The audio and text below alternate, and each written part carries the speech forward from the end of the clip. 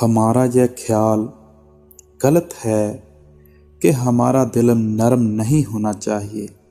यह बहुत नरम होना चाहिए, इतना नरम कि दुश्मनों को भी दुख में देखकर हमारी आंखों में आंसू आने चाहिए।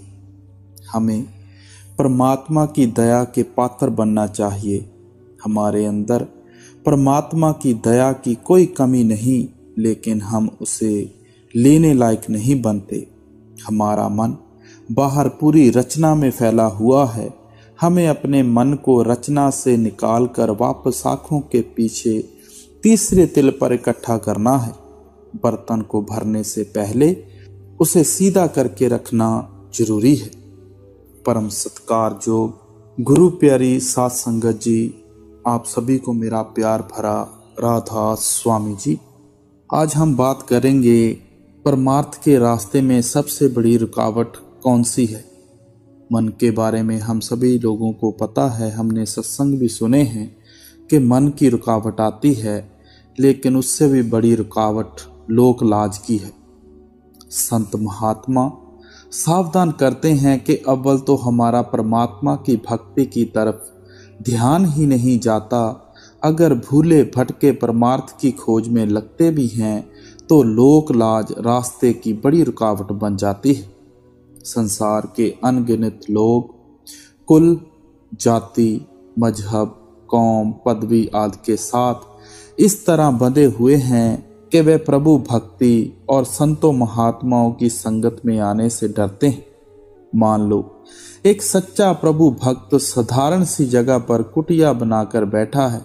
राजा और हाकिम लोग यह सोचकर उसके पास जाने से झिझकते हैं कि लोग कहेंगे कि शहंशाह होकर साधुओं फकीरों के पीछे लगा हुआ है। ब्राह्मण और सैद्य को यह डर लगा रहता है कि हम इतने ऊंचे कुल और जात वाले होकर छोटे कुल और जात के फकीरों के पास कैसे जाएं। विद्वानों और बुद्धिमानों का ग्रंथ शास्त्रों का ज्ञान उनके रास्ते की रुकावट बन जाता है। वह सोचते हैं कि सारा संसार हमारे पीछे चल रहा है, हम किसी दूसरे के पीछे क्यों चलें। अब संत महात्मा समझाते हैं और सावधान करते हैं कि सच्चा परमार्थ और लोकलाज इकट्ठे नहीं चल सकते। एक महात्मा के वचन हैं, उत्तम विद्या लीजिए जो पे नीच संग होए, परो अपावन ठौर पर कंचन तजे ना कोई। अगर हमें पता हो कि कीचड़ में हीरा पड़ा है तो हम बिना कीचड़ की परवाह किए फौरन हीरे को हासिल करने की कोशिश करते हैं। इसी तरह जिनके मन में प्रभु भक्ति की सच्ची लगन पैदा हो जाती है, वह कभी भी धन, विद्या, पदवी या लोगों की तरह तरह की बातों और तानों की परवाह नहीं करते। उन्हें जहाँ से भी परमार्थ का सच्चा धन मिले, वह वहीं से उसकी प्राप्ति का यत्न करते हैं। जब मीरा के हृदय में प्रभु प्रेम की ज्वाला प्रचंड हुई तो उसने राजघराने का मान त्याग कर जूते गांठ कर गुजारा करने वाले पूर्ण महात्मा परम संत गुरु रविदास जी की शरण ली। मीरा अपने बहुत से पदों में कहती है कि जब मुझे गुरु की शरण प्राप्त हुई, मेरे मन से मेरा लोकलाज का भय निकल गया। साईं बुल्ले शाह अपनी सैयद जात का मान त्याग कर अराई जात के हजरत शाह अनायत के मुरीद भाव शिष्य बने। जब किसी कारण मुर्शद भाव गुरु नाराज हो गया तो उसे खुश करने के लिए नाचने वाली का वेश धारण करके मुजरा किया। लोक लाज का अर्थ यह है कि हम संसार को बड़ा और परमात्मा को छोटा समझते हैं। दुनियावी इश्क में हीर रांझा, सोनी महिवाल, सस्सी पन्नू, शीरी फरिहाद आदि ने लोक लाज त्यागने में पल भर की देर ना की। क्या परमात्मा का प्रेम संसारिक प्रेम से भी छोटा है? हम लोक लाज को मुख्य रखें। कबीर साहब कहते हैं, यात ना पूछो साध की, पूछ लीजिए ज्ञान, मोल करो तरवार का, पड़ा रहन दो म्यान। आपका भाव यह है कि जैसे हम तलवार की म्यान को नहीं उसकी काटने की शक्ति को देखते हैं, इसी तरह पूर्ण महात्मा के ज्ञान को देखना चाहिए, उसकी यात पात को नहीं। तुलसी साहब कहते हैं, नीच नीच सब तर गए संत चरण लौलीन, याति के अभिमान से डूबे बहुत कोलीन। जिन्होंने अपने कुल परिवार जात धर्म कौम आदि का अभिमान छोड़कर नम्रता पूर्वक संतों की शरण ली, वे भव सागर से पार हो गए। जो इनके अभिमान में खोए रहे, वे 84 के चक्कर के साथ ही बंधे रहे। हृदय में किसी चीज की प्राप्ति का जितना प्रबल शौक होता है, उतना ही लोक लाज का डर कम होता जाता है। सच्चे जिज्ञासुओं का ध्यान संतों महात्माओं के पहरावे, उनके रहने की जगह, उनकी जात या मेरी गरीबी की तरफ नहीं, उनकी रसाई या कमाई की तरफ होता है। स्वामी जी महाराज कहते हैं, जगत लाज और कुल मर्यादा, यह बंधन सब ऊपर ठान, लीक पुरानी कभी न छोड़ो, जो छोड़ो तो जग की खान। जो लोग लोक लाज से डरते हैं, वे कभी भी परमार्थ में उन्नति नहीं कर सकते। पलटू साहब कहते हैं, जगत हंसे तो हंसन दे पलटू, हंसे ना राम, लोक लाज कुल छोड़ के कर लो अपना काम। आप प्रेरणा देते हैं कि लोगों की हंसी का मान सम्मान के खो जाने का डर त्याग कर प्रेम और नम्रता पूर्वक संतों महात्माओं की शरण धारण करो और प्रभु भक्ति में लगो। संत जन हमें संसार और इसके रिश्तों की अहमियत और असलियत समझाते हैं, ताकि हम इनके मोह में फंसकर संसार में आने के अपने असल उद्देश्य को ना भुला दें। गुरु अर्जन साहब लिखते हैं, कोई जाने कबुन एहा जगमीत, जिस होए कृपाल सोई विद बूझे ताकि निर्मल रीत, मात पिता बनिता सुत बंधप, ईसट मीत और भाई, पूर्व जन्म के मिले संजोगी, ऐहें को ना सहाय। आप सावधान करते हैं कि माता पिता पत्नी पुत्र मित्र संबंधी आदि सब पूर्व जन्मों के कर्मों के प्रभाव से इकट्ठे हुए हैं। उन सब के साथ हमारा लेन देन का निश्चित अवधि का संबंध होता है। ये संबंध ऐसे ही हैं जैसे रंगमंच पर कुछ अभिनेता और अभिनेत्रियों नाटक की कथा के अनुसार विशेष रिश्तों को निभाने के लिए इकट्ठे हो जाते हैं। नाटक खत्म होते ही किसी का किसी के साथ कोई संबंध नहीं रहता। यदि कोई अभिनेता या अभिनेत्री नाटक की समाप्ति पर किसी के साथ कोई संबंध समझे तो यह उसकी अज्ञानता है। नाटक के दौरान भी सब संबंध निश्चित समय के लिए होते हैं। अभिनेता और अभिनेत्रियां एक नाटक में एक रिश्ता निभाते हैं और दूसरे नाटक में कोई दूसरा। इसी तरह हर व्यक्ति का जीवन मृत्यु तक एक विशेष नाटक है। मौत के बाद दूसरा नाटक शुरू हो जाता है। संभव है कि जो आज हमारे माता पिता हैं, पिछले जन्म में वे हमारी संतान हों और उनके माता पिता हम हों। संतों महात्माओं ने समझाने में कोई कमी नहीं छोड़ी। आपके कहने का भाव है कि जीवन को एक नाटक समझो। नाटक के पात्र पूरी लगन से अपने रिश्ते निभाते हैं, लेकिन किसी के मोह में नहीं फंसते। संत महात्मा समझाते हैं कि संसार में लेन देन के सब फर्ज भी पूरे करो, रिश्तेदारों संबंधियों के प्रति अपनी सब जिम्मेदारियां भी पूरी करो, लेकिन इन संबंधों को सच्चा पक्का और स्थायी मत समझो। सच्चा संबंधी वह है जो सदा हमारा रहे और बिना निजी स्वार्थ के हर संकट में हमारी सहायता करे। दुनिया के अधिकतर रिश्तेदार जीते जी मुंह मोड़ लेते हैं। दुख और संकट की घड़ी में कोई विरला मित्र संबंधी साथ देता है। हमारे लिए सबसे बड़ा संकट तब आएगा जब हमसे हमारे कर्मों का हिसाब मांगा जाएगा। उस वक्त सतगुरु के सिवाय कोई दूसरा हमारी सहायता नहीं कर सकेगा। इसलिए संत महात्मा समझाते हैं कि सतगुरु को ही अपना सच्चा मित्र बनाओ, जो बिना किसी निजी स्वार्थ के केवल हमारे सच्चे हित को मुख्य रखकर बड़े से बड़े संकट में भी हमारा साथ नहीं छोड़ता। इसी तरह वह प्रभु सच्चा संबंधी है क्योंकि उसके साथ आत्मा का ऐसा अनाद संबंध है जो कभी नहीं टूट सकता। स्वामी जी महाराज 2 प्रकार का उपदेश देते हैं। मित्र तेरा कोई नहीं संगियन में, पड़ा क्यों सोवे इन ठगियन में। आप कहते हैं कि संसार के रिश्तेदार सच्चे और पक्के नहीं, जे ठगों के समान हैं और जो तेरी परमार्थ पूंजी से वंचित कर देते हैं।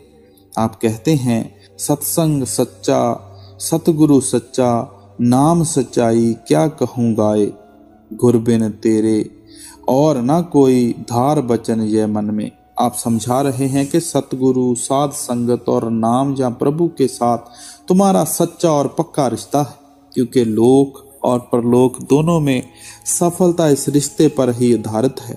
गुरु अर्जन देव जी कहते हैं नानक काचड़े आंसू तोड़े, ढूंढ सज्जन संत पक्या, और जवींदे विछड़े ओ मोया ना जाही छोड़े। गुरु नानक देव जी फिर एक जगह कहते हैं सज्जन सोई नाल में चलदियां नाल चलन, जिथे लेखा मंगिए तिथे खड़े दिसन। आप उपदेश दे रहे हैं कि संत सतगुरु के अलावा अंत समय कोई किसी के साथ नहीं जा सकता। बाकी जिनको भी हम अपना समझते हैं उनके साथ हमारा शमशान भूमि तक का संबंध है, लेकिन सतगुरु और प्रभु के साथ हमारा धुरधाम तक का रिश्ता है। इस दृष्टि से संत महात्माओं ने प्रभु और सतगुरु को सच्चे रिश्तेदार कहा है और बाकी सब रिश्तेदारों को झूठे रिश्तेदार कहा है। संत जन जीव को गफलत की नींद से बेदार करते हैं कि जिनके साथ तेरा क्षणिक झूठा और कच्चा संबंध है उन्हें तू जान की बाजी लगाकर अपना बनाने का यत्न करता है, पर जिनके साथ तेरा सच्चा और स्थायी रिश्ता है उनकी तरफ तू पीठ किए बैठा है।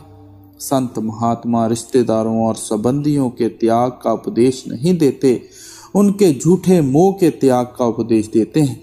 ये कहते हैं कि इन रिश्तेदारों में रहो लेकिन इनके ही ना बने रहो। अपनी जिम्मेदारियां प्रेम पूर्वक और दृढ़ता से पूरी करो, लेकिन अपना ध्यान सदा अपने सच्चे रिश्तेदार उस प्रभु सतगुरु और नाम की तरफ रखो।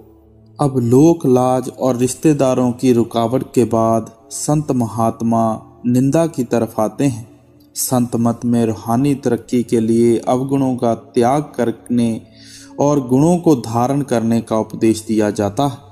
परमार्थी के जीवन का उद्देश्य दुनियादारों से अलग होता है। इस आदर्श की प्राप्ति के लिए उसकी सोच, रहनी और करनी भी दुनियादारी से अलग होनी चाहिए। संत महात्मा सच्चे परमार्थी को निंदा के अवगुण का त्याग करने का उपदेश देते हैं, क्योंकि यह रूहानी तरक्की के रास्ते में एक और बड़ी रुकावट है। निंदा के पीछे अहं का भाव छुपा होता है। जिसकी हम निंदा करते हैं उसे हम बुरा या छोटा समझते हैं और अपने आप को अच्छा या बड़ा समझते हैं। संत महात्मा हमें अपना दृष्टिकोण सुधारने की हदायत करते हैं।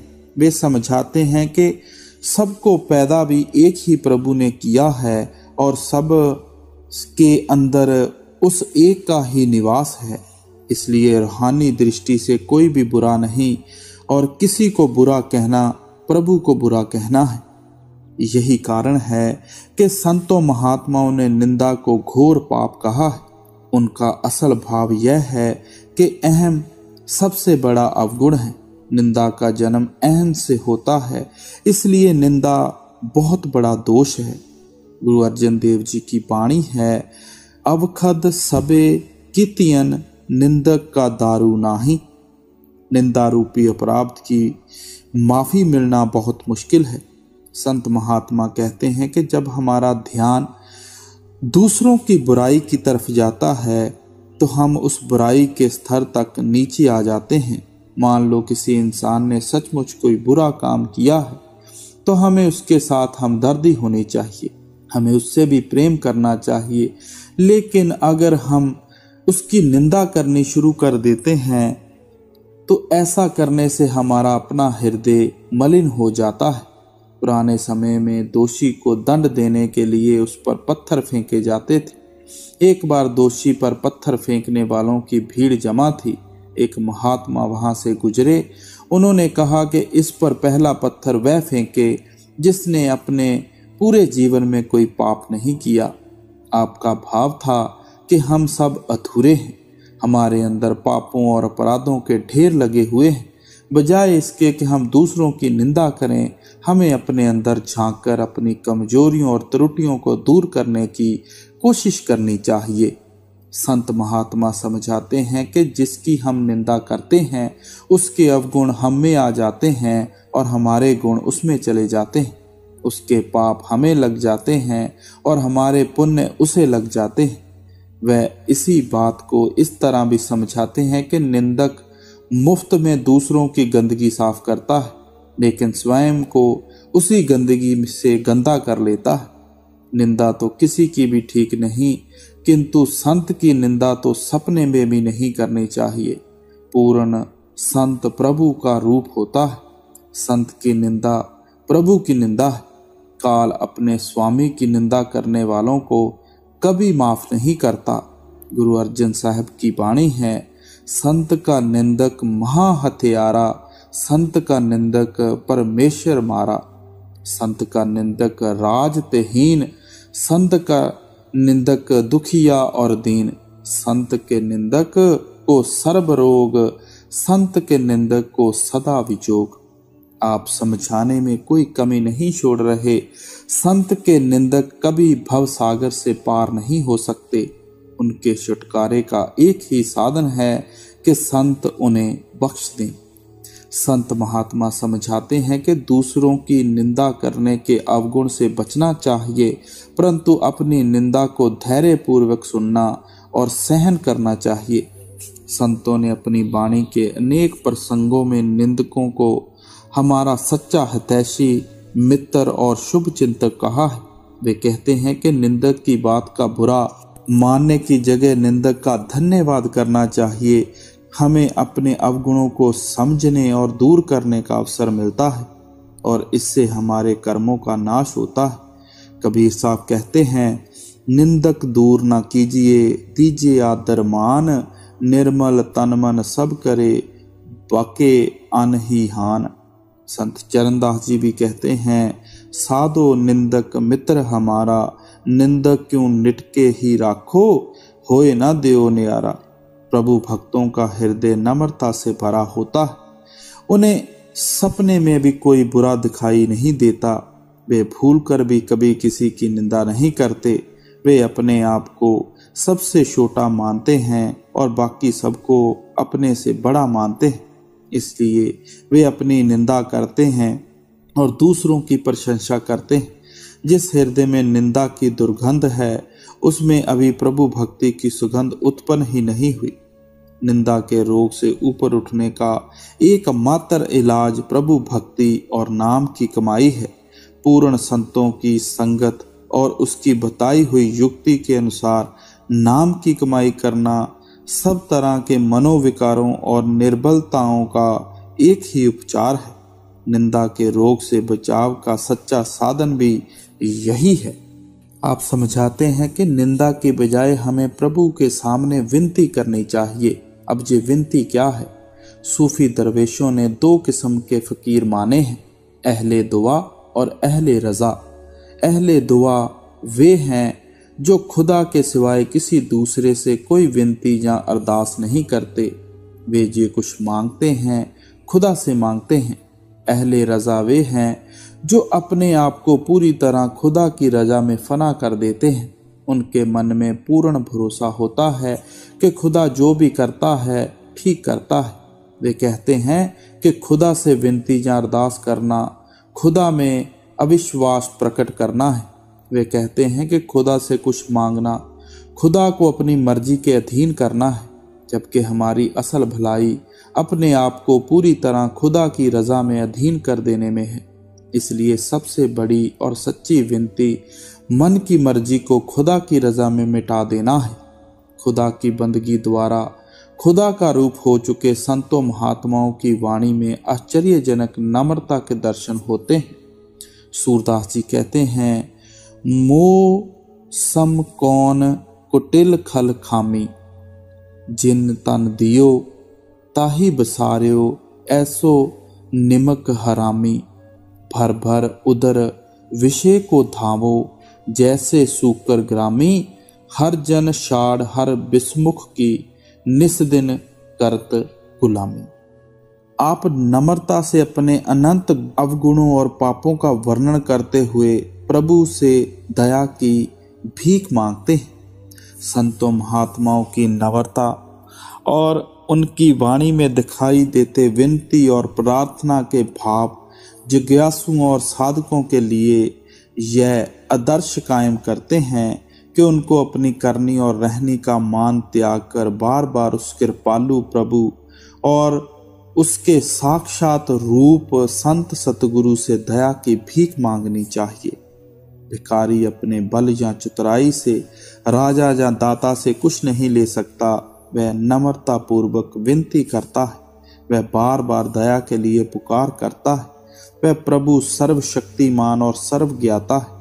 हम उससे जो कुछ भी प्राप्त कर सकते हैं केवल उसकी दया मेहर द्वारा ही प्राप्त कर सकते हैं, अपनी बल द्वारा कुछ नहीं।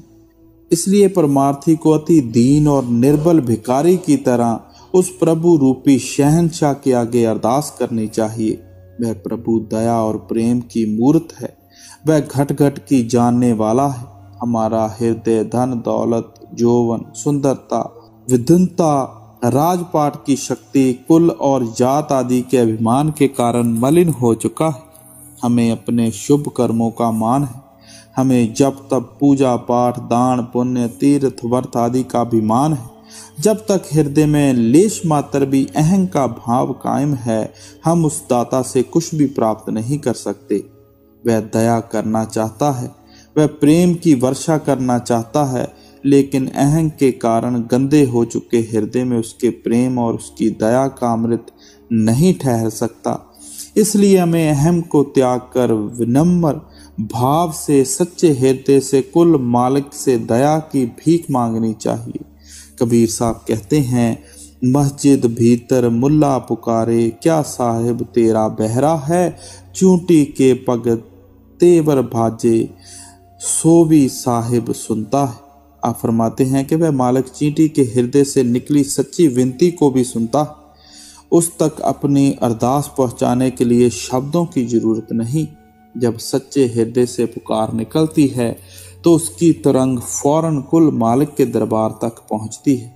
संतों महात्माओं की वाणी से उपदेश मिलता है कि सतगुरु और कुल मालिक से नश्वर संसार की शक्लों पदार्थों के लिए विनती ना करो। कुल मालिक से यह विनती करो कि वह हमारा हृदय निर्मल बना दे, हमारे हृदय को अपने प्रेम के रंग में रंग दे और हमारे हर प्रकार के गुनाहों को बख्श कर हमारी झोली नाम के अमृत से भर दे। मालिक से यह अरदास करो कि वह हमारे मन को शांत कर दे, ताकि हम मनमत को त्याग कर पूरी तरह कुल मालिक के हुक्म में आ जाएं। कुल मालिक से यह अरदास करनी चाहिए कि वह हमें नम्रता प्रेम और रजा की मूर्त बना दे। गुरु अर्जन देव जी की वाणी है, विण तुद होर जे मंगना, सिर दुखा के दुख, दे नाम संतोखिया, उतरे मन की भूख। आप समझाते हैं कि कुल मालिक से कुल मालिक या उसके नाम ही मांगना चाहिए, जिससे मन की जन्म जन्म की तृष्णाएं शांत हो जाएं। विनती या प्रार्थना का असल भाव अपने ध्यान को हर तरफ से हटाकर कुल मालिक की ओर मोड़ना है। विनती और अरदास का अर्थ अपनी तुच्छता और निर्बलता को स्वीकार करना। विनती और प्रार्थना का अर्थ कुल मालिक की शरण लेना है और अपने आप को बिना शर्त उसके हवाले कर देना। निर्बल की सबसे बड़ी शक्ति उसकी अरदास है। निर्बल का सबसे बड़ा बल उसका अपने आप को कुल मालिक के सुपुर्द कर देना है। समर्पण ही सच्ची अरदास है। सतगुरु का असल स्वरूप शब्द है और परमात्मा का असल स्वरूप भी शब्द है। इसलिए संत सतगुरु के बताए हुए उपदेश के अनुसार मन को भजन सिमरन में लगाना और मन आत्मा को आँखों के पीछे एकाग्र और स्थिर करके अंतर में शब्द में लीन करना ही प्रभु और सतगुरु के आगे की गई सच्ची अरदास है। यह अरदास कुल मालिक की दरगाह में फौरन सुनी जाती है। बाबा जैमल सिंह जी महाराज अपने पत्रों में लिखते हैं कि जब कोई साधक ध्यान को शब्द से जोड़ता है तो फौरन सचखंड में उसकी खबर हो जाती है। बाकी हर किस्म की अरदास इस सच्ची अरदास तक पहुंचने के लिए ही की जाती है। अरदास ऐसी होनी चाहिए कि उसमें विरह हो, दर्द हो, जुदाई हो। विरह का अर्थ जुदाई का दर्द है। जब प्रेमी को प्रीतम दिखाई नहीं देता, जब आशिक को माशूक का दीदार नहीं होता, तो वह उसकी जुदाई में तड़पता है। सच्चा प्रेमी प्रीतम का पल भर का वियोग भी सहन नहीं कर सकता। संतों महात्माओं ने सच्चे भगत की सतगुरु और प्रभु से जुदाई को मछली की पानी से, पपीहे की स्वाति बूंद से और चकोर की चांद से वियोग की तड़प द्वारा बयान किया है। प्रेमी के प्राण अपने प्रीतम में होते हैं। प्रीतम उसकी जान और रूह होता है, इसलिए वह प्रीतम के वियोग में तड़पता और विलखता है। गुरु अर्जन देव जी कहते हैं, एक घड़ी ना मिलते ता कलयुग होता, हुण कद मिलिए प्रिय तुद भगवंता। कबीर साहब भी फरमाते हैं, राम वियोगी ना जिए, जिए ना बौरा होए। गुरु अमरदास जी भी कहते हैं, ज्यों मछली बिन पानिए रहे न किते उपाय, त्यों हर बिन संत न जीवई, बिन हर नामे मर जाई। वास्तव में विरह सच्चे प्रेम की निशानी है। बिना प्रेम के विरह की कल्पना हो ही नहीं सकती और ना ही की जा सकती है। जितना प्रेम प्रबल होगा उतनी विरह प्रबल होगी। जो जिसको जितना ज़्यादा चाहता है उसके लिए उतना ज़्यादा तड़पता है। विरह सच्चे प्रेम का प्रतीक भी है और सच्चे प्रेम की टकसाल भी है। वह प्रीत को प्रकट भी करती है और परिपक्व भी करती है। विरह की पीड़ा ही प्रेम के अंदर प्रीतम से मिलाप की चाह को प्रबल करती है। बाबा फरीद जी कहते हैं, बिरहा बिरहा आखिए बिरहा तू सुल्तान, फरीदा जित तन बिरहा ना उपजे, सो तन जान मसान, सो तन जान मसान। आप कहते हैं कि बिरह प्रीतम से मिलाप के सब साधनों में शिरोमणि है। कोई दूसरा साधन इसका मुकाबला नहीं कर सकता। जिसके अंदर मिलाप की तड़प है वही मिलाप को आशा रख सकता है। जिस हृदय में प्रीतम से मिलाप की तड़प नहीं वह मुर्दा और मनहूस है। सूफी फकीरों ने विरह को वह कोठाली कहा है जिसमें प्रेम रूपी सोने को तपाया जाता है। जैसे सोने को कोठाली में तपाने से इसकी मैल जल जाती है, इसी तरह बिरह की आग अहंग को जलाकर आत्मा रूपी सोने को कुंदन बना देती है। अब कबीर साहब कहते हैं, बिरहा मोह से यूं कहे, गाड़ा पकड़ो मोहे, चरण कमल की मौज में ले पहुंचाऊं तोहें। आप इशारा कर रहे हैं कि विरह की तड़प दुखदाई जरूर है, लेकिन जय विरह ही एक दिन प्रीतम से मिलाप के सच्चे सुख का साधन बन जाती है। सच्चा विरह सच्चे वैराग और सच्चे त्याग को जन्म देता है। विरहन को बिना प्रीतम के कुछ भी अच्छा नहीं लगता, इसलिए उसका मन स्वाभाविक ही हर प्रकार के बड़े से बड़े सुखों की कुर्बानी देने के लिए तैयार हो जाता है।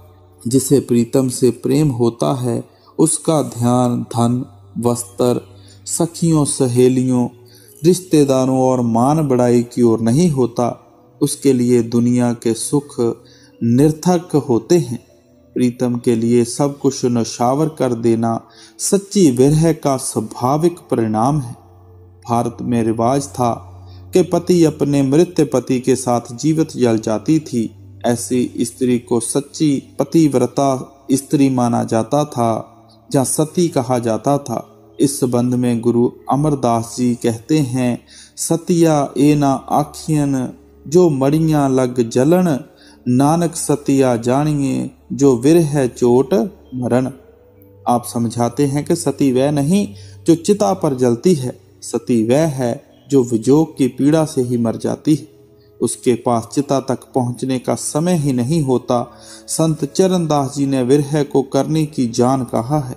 आपकी वाणी है, पी पी करते दिन गया, रैन गई पिए ध्यान, बिरहन के सहजे सदे, भक्त योग और ज्ञान। आपका भाव है कि सच्चा विरह सिमरन, ध्यान, समाधि और ज्ञान का आधार है। विरहणी पल पल प्रीतम को याद करती है। विरहणी का मन पूरी तरह प्रीतम में खोया रहता है। यही सिमरन और यही सच्ची भक्ति है। योग, भक्ति और ज्ञान से प्राप्त होने वाले फल विरहणी को सहज रूप से प्राप्त हो जाते हैं। इसी विचार का दूसरा पहलू यह है कि जिसके हृदय में सतगुरु और प्रभु से मिलने की सच्ची चाह है, उसके सिमरन और ध्यान में भी उतनी ही तड़प होती है। उसका ध्यान फौरन शरीर के 9 द्वारों को खाली करना चाहता है। वह तन मन की सुध भूलकर जल्दी से जल्दी आँखों के पीछे पहुंचकर अपने प्रीतम का दीदार करना चाहता है। जो फल वर्षों के सूखे और नीरस सिमरन से नहीं मिलता, वह बिरह में तड़पती आत्मा को पल भर के सिमरन से मिल जाता है। अब गुरु साहब इन सब अवगुणों को निकाल देने के बाद विरह से हमें जानू करवाते हैं कि विरह किस तरह की होनी चाहिए। और उसके बाद गुरु साहब समझाते हैं कि अगर विरह आ गई तो फिर हमें उस परम पिता परमात्मा की शरण लेनी चाहिए। संत मत में शरण, समर्पण या पनाह पर बल दिया गया है। दरिया से पार जाने का इच्छुक व्यक्ति खेवट या मलाह का सहारा लेता है। इसी तरह जब परमार्थ का सच्चा जिज्ञासु यह महसूस करता है कि वह अपनी बल बुद्धि द्वारा संसार रूपी भवसागर को पार करके प्रभु से मिलाप नहीं कर सकता, तो वह ऐसे संत सतगुरु का सहारा या शरण ढूंढता है जो स्वयं प्रभु से मिलाप कर चुका हो और उसे भी प्रभु से मिलाप करवाने की क्षमता रखता हो। अपनी निर्बलता का एहसास और सतगुरु की योग्यता का विश्वास शरण की नींव है। नाव में सवार व्यक्ति नाविक पर भरोसा रखता है और चुपचाप नाव में बैठा रहता है। नाव को लहरों के कई थपेड़े लगते हैं। नाव कई बार डामाडोल होती है, लेकिन यात्री को पूरा विश्वास होता है कि नाविक नाव को जरूर पार ले जाएगा। गुरु नानक साहब की वाणी है, पत्तन कूके पातनी, वंजो ध्रुक विलाड़े, पार पवंदड़े डिठो मैं सतगुर बोहते चाड़े।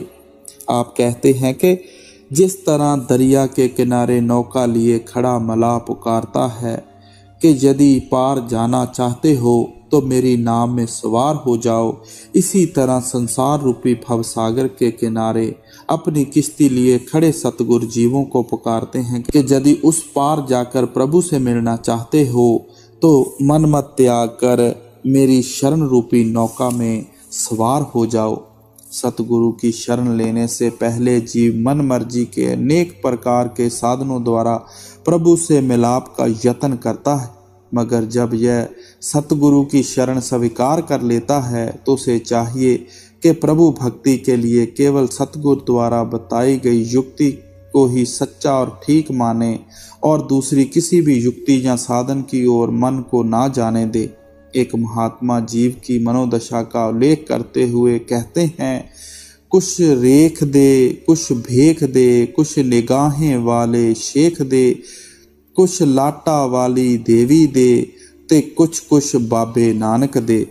जो व्यक्ति कभी जोशियों की ओर दौड़ता है और कभी भेषी साधुओं के पास जाता है, कभी देवी देवताओं की पूजा में लग जाता है और साथ ही संत सतगुरु का शिष्य होने का भी दिखावा करता है, वह परमार्थ में कभी भी उन्नति नहीं कर सकता। अनेक धाराओं में बहने वाला पानी खेत को नहीं सींच सकता। एक दृष्टांत है, एक किसान का बैल खो गया।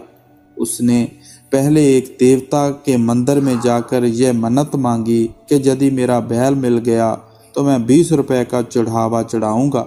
इसके बाद उसने गांव के हर धर्म स्थान पर जाकर ऐसी ही मन्नत मांगी। क्या उसे सब इष्टों पर भरोसा था? नहीं, वास्तव में उसे किसी इष्ट पर भी भरोसा नहीं था। परमार्थ में उन्नति, अपना ध्यान हर तौर से हर ओर से निकालकर पूरी एकाग्रता से सतगुरु के उपदेश अनुसार भजन सिमरन करने पर आधारित है। गोस्वामी तुलसीदास जी लिखते हैं, एक भरोसा एक बल एक आस विश्वास, स्वांति सलिल गुरु चरण है चात्रिक तुलसी दास। आपने इन दो पंक्तियों में अपनी बात को समझाने की कोशिश की है कि पपीहे के सामने पानी के दरिया समुंदर जहाँ तालाब भरे पड़े हों तो भी वह उसकी तरफ नहीं देखता। सतगुरु की शरण प्राप्त कर चुके शिष्य का ध्यान सिवाय सतगुरु के किसी दूसरी तरफ नहीं जाना चाहिए। इसी भाव को कबीर साहब इस तरह प्रकट करते हैं, पपीहा का पन देख कर धीरज रहे ना रंच, मरते दम जल में पड़ा तरो ना बोरी चंच। आप इशारा करते हैं कि स्वांति बूंद के लिए तड़पता पपीहा दरिया में गिर के मर गया, मगर उसने दरिया का पानी पीने के लिए चोंच ना खोली। शरण लेने वाले शिष्य को यह दृढ़ संकल्प धारण करना चाहिए कि उसे बिना सतगुरु के ना कोई दूसरा स्वीकार है और ना ही किसी दूसरे की बताई हुई किसी युक्ति की दरकार है। सच्ची शरण यह है कि शिष्य के हृदय में यह पूर्ण विश्वास हो कि संत सतगुरु प्रभु का रूप है और सतगुरु की रजा प्रभु की रजा है। जिस शिष्य के हृदय में स्वप्न में भी सतगुरु के प्रभु रूप होने में संदेह पैदा ना हो, केवल उसी की शरण सच्ची है। यह बहुत कठिन कार्य है, यह बहुत दुर्गम घाटी है। सतगुरु के उपदेश अनुसार भजन सिमरन करके आत्मा को आँखों के पीछे और मन मध्य में एकाग्र करने का यत्न करना सच्ची शरण प्राप्त करने का सुगम मार्ग है। गुरु अमरदास जी लिखते हैं, नानक आप छोड़ गुर माही समावे। कोई शिष्य शारीरिक तौर पर गुरु में नहीं समा सकता। गुरु साहब इशारा कर रहे हैं कि तुम सतगुरु द्वारा बताई गई युक्ति द्वारा अंतर में सतगुरु का नूरी स्वरूप प्रकट करो और अपने आप को उसमें अभेद कर दो। अपने आप को अंतर में सतगुरु के सुपुर्द कर देना ही वास्तविक सच्ची शरण है। स्वामी जी महाराज कहते हैं, सतगुर शरण गहो मेरे प्यारे, कर्म जगात चुकाए। आप समझा रहे हैं कि जब शिष्य सतगुरु द्वारा बताई गई युक्ति के मुताबिक नाम के अभ्यास द्वारा अंतर में पहुंचकर अपने आप को सतगुरु के प्रति समर्पित कर देता है तो उसके सब दुख और मालिन्यताएं दूर हो जाती हैं, उसकी अज्ञानता का नाश हो जाता है और वह प्रभु में समाकर उसका रूप हो जाता है। इसी तरह वह सतगुरु की शरण द्वारा प्रभु की शरण में पहुंच जाता है। सो गुरु प्यारी साध संगत जी, आज हमने बड़ा ही रूहानियत से भरा सत्संग श्रवण किया कि सबसे पहले अगर सतगुरु की शरण में जाना है तो जितने भी अवगुण हैं उनको परमार्थ के रास्ते से जाने से पहले अपने आप से दूर कर देना है। सो हमें भी चाहिए, अगर हमें सच्चे परम पिता परमात्मा की शरण मिल चुकी है तो हम दिन रात उसकी भजन बंदगी में लग जाएं और मौजूदा सरकार बाबा जी को कुछ करके दिखाएं, कुछ बन के दिखाएं। राधा स्वामी जी।